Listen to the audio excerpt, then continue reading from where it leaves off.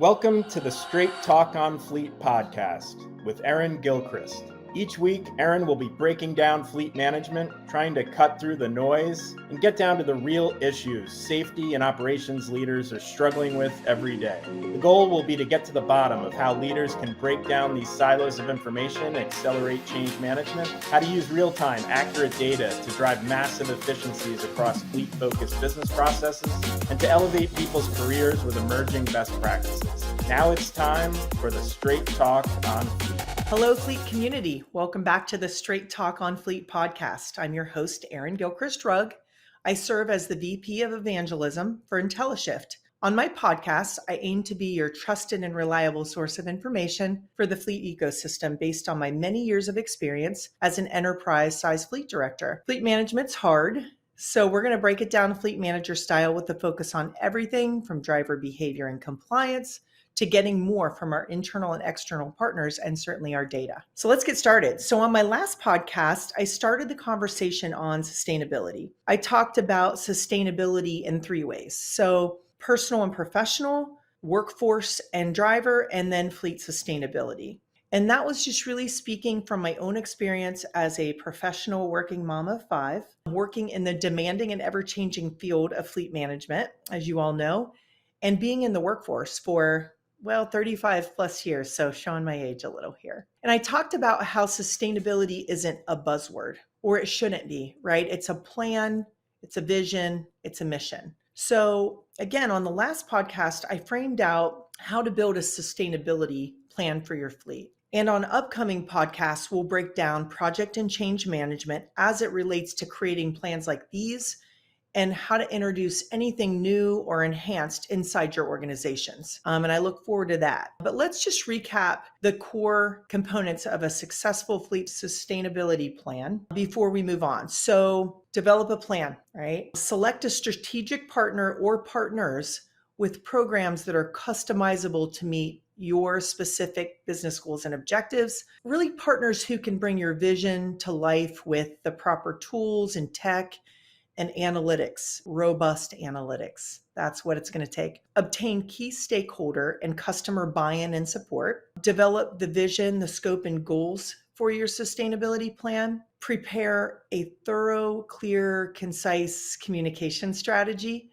I can't emphasize that enough. That'll pay dividends. Build out the key elements of the plan alongside a KPI reporting and analytics suite. Also critical to say, okay, here's what we plan to do. Here's how successful we think it's going to be. And then to be able to go back and show those successes in a way that your audience has already seen, right? And again, the biggest thing, and I'll say this many times on many podcasts, is this commitment to change, commitment to innovation and evolution for you, for your teams, for your organization, and certainly with tools and technology and analytics. I guess it bears repeating, just to reiterate, you cannot make it happen without fleet intelligence software. Period. It's a place where the data can live and breathe and tell insightful, actionable stories. But again, more to come on that. So that's kind of a quick recap of building a sustainability plan. So let's jump into what I think sustainability means for our workforce, our fleet team, our drivers, and you as the person who's leading this charge, right? So let's start with our drivers. I like to imagine a place where driver fitness is core to our operations. And what do I mean by this? So creating an environment where drivers really don't have to think all the time about what it means to be a professional driver. So they can focus on the many things they do: installing cable, replacing windows, treating lawns, paving roads, delivering goods. Whatever they're trained to do and what they love to do is what they want to focus on. So we have to make it easy for them to operate the most dangerous tool we'll ever likely give them, their vehicle, right? And make it so easy for them to operate using tools and technology that it can do most of the work for them. Okay, so let's circle back to driver fitness, this notion of driver fitness. So it's about giving the drivers the safest vehicles, right? They're upfitted for fit and function and comfort and efficiency.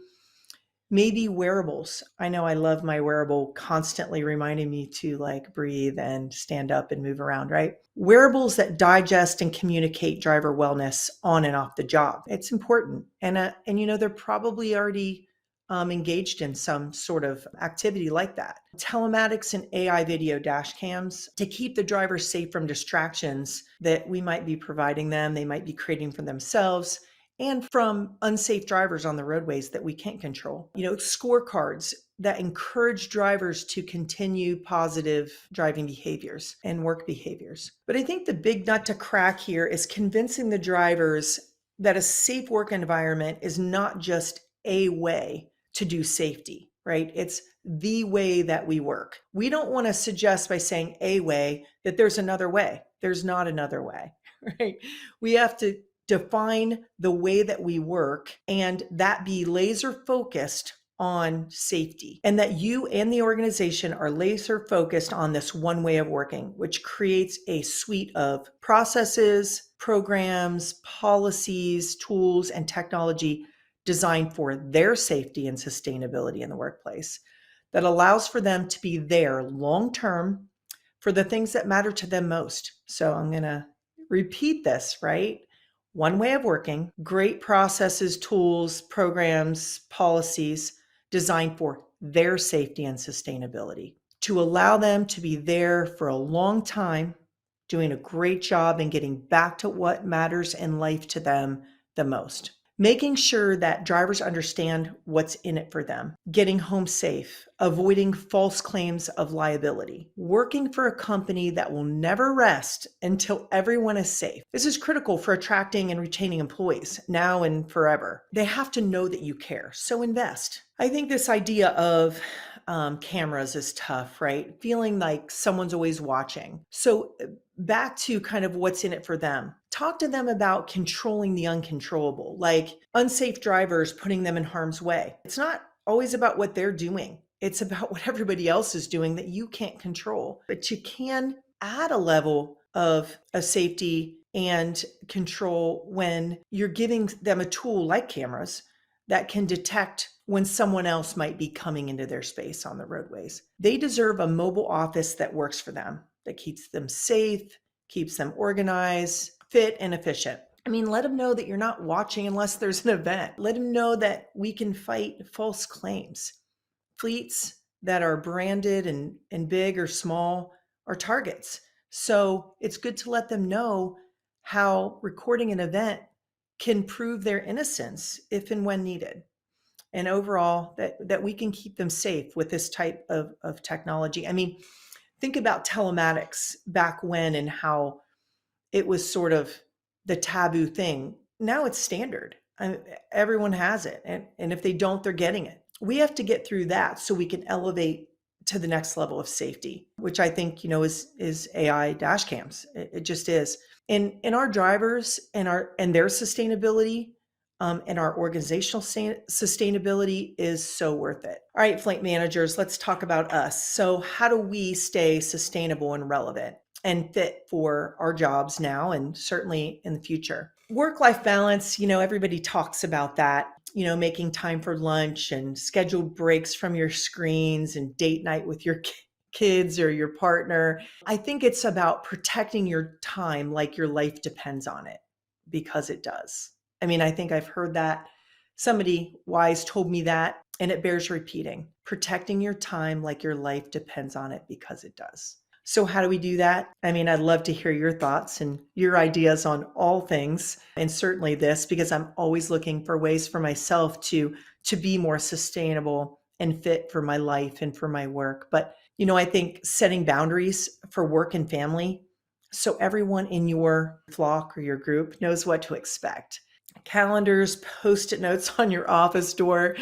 I mean, whatever works best to let your associates or your family know that this is a time where you can't be disturbed for whatever reason. And frankly, you don't have to explain why. It's just about setting the boundaries. Structured meetings so that your time and the time of your meeting attendees is honored and protected like you want to be honored and protected. You'll get more done in less time with structured agendas and stopping on time. It's really important. People are counting on that meeting ending on time. And I've been getting in the habit of preparing to stop a few minutes early, and then you'll succeed more often that way. And then fitness, I mean, mental, emotional, physical, spiritual, whatever makes you tick so you can be your best self. When I think about mental fitness, it's taking time to rest my brain, right? That can span many interests. Maybe for you, it's reading or meditation, listening to music or podcasts, hopefully my podcast, time alone in nature, starting or ending your day with a routine that maybe involves nutrition, hydration, gratitude. I love that one.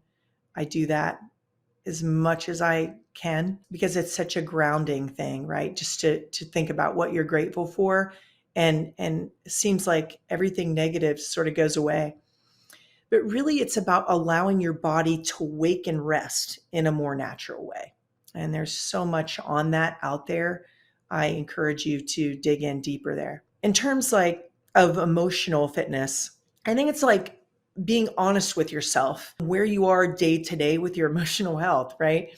Again, that could be meditation or prayer or talking with a good friend or a mentor, a family member, just somebody who you can be vulnerable with and be honest about how things are going, what you might need to feel more balanced and emotionally fit. Physical, this is a lot of different things to a lot of different people, but I like this word for me, just movement of any kind every day. There's lots of tools to do this. Again, maybe it's your fitness watch that reminds you to move or breathe or stretch or get up, whatever. But there's so many customizable things that you can do to keep your body moving in whatever way it feels good and comfortable for you. But movement of some kind throughout your day is just so important, has so many benefits. And you can be sharper for you and for everyone and for your organization and for your team. So that's a bit on, my mind, body, spirit, fitness philosophy. So let's dig in a little bit more to this notion of professional sustainability and staying relevant. Professional development has to be a core focus. Promoting yourself, right? Don't be afraid to celebrate wins that you and your team achieve. Reports, quick charts of progress on key initiatives, recognition in your industry to your boss or your organization's leadership team. I mean, in the fleet industry, we have lots of ways to do this. I mean, submit nominations for you and for your team for industry awards to celebrate those wins. And frankly, your supplier team, your strategic partners, whatever you call them, they should be doing this for you. And if they're not, you should be asking them to. They should be helping to quantify how successful your new tech programs, policy changes, et cetera, have been, and then talk about it. Promote yourself, promote yourself, promote yourself. Nobody's going to do that for you, but you can ask for help. Setting personal and professional goals. I think it starts with scheduling time with your leader to make sure you're always aligned and do that on a consistent basis. Researching courses, both internally and externally, to increase your knowledge and skill sets, and communicate out what you've learned and how it's benefited you, your team, and the company.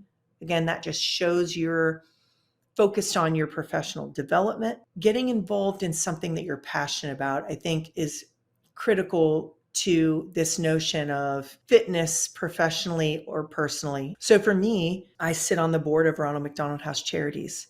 I love what they do, and I get to promote their vehicle donation program. It fits with me professionally and personally, right? I love Pelotonia. It's an organization that raises money for cancer research, and that's really important to me. I suffered a huge loss in my life to cancer, my late husband, Brian. And so I am passionate about no one else experiencing that, right? So I'm involved with that. And I've gotten my organizations that I've worked for involved in some of the things that are passionate to me. So there's lots of crossovers there, but doing things and getting involved in things you're passionate about is critical to your wellness, your happiness, and being able to give back just feels really great. So for your teams, I mean, it's really just doing everything that you would do for yourself, for them. So lead by example. They're watching what you do. So when you take care of you, you're taking care of them essentially. Allowing for an environment. So all the things that I talked about just now, allowing for that environment for them, allowing them to emulate you and promoting that on your team, celebrating that on your team, celebrating the notion of personal sustainability, professional sustainability. And I think spending time coaching and developing your teams is the best time you'll ever spend. Their success is your success. Consistent touch bases, always knowing where they are, right? Allowing that open door policy that creates an environment of dialogue and honesty. On time evaluations with them, on the spot coaching, but certainly a structured feedback loop. Again, I love the daily and in the moment feedback as well. Structured goals for them and for you that are smart. And I think we all know what that means. But then holding them accountable for their own professional development plans is really important. They should write their own development plan. They should own it. They should communicate on it. They should schedule meetings with you to go over their professional development plan. That's not your job. Your job is your professional development plan. Your job is nurturing them, but they are responsible for the way that they want to morph and grow, right? So likely your organization has some mechanism by which they can do this, but if not, create one and I can help. So reach out if you want help on creating professional development plans. It's just so important. So, I'll go back to what I've said on several podcasts. And if you haven't heard, I think fleet management's hard. Life is hard, but using sound and proven methods to protect your time and care for yourself and your family, developing your teams and yourself. I mean, these practices can lead to a lifelong series of successes. And most importantly, they provide you with the health and well-being that you're capable of, certainly, and that you deserve. So that's a wrap for today, anyway, on building out sustainability plans for your drivers, for yourself, and for your teams. And again, for your fleet, like we recapped at the beginning. Again, I am more than happy to share my outline for today's content, take any questions or suggestions on what I've shared today. And if you found this content helpful, share it with your community. Like and subscribe wherever you get your favorite content. And until next time, keep it real, keep it safe for fleet's sake. And thanks for listening.